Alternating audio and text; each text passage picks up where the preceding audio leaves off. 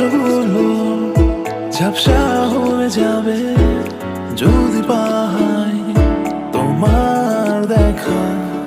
বেশ সামালে মনটা যেন শোনে না কোনোই বাধা।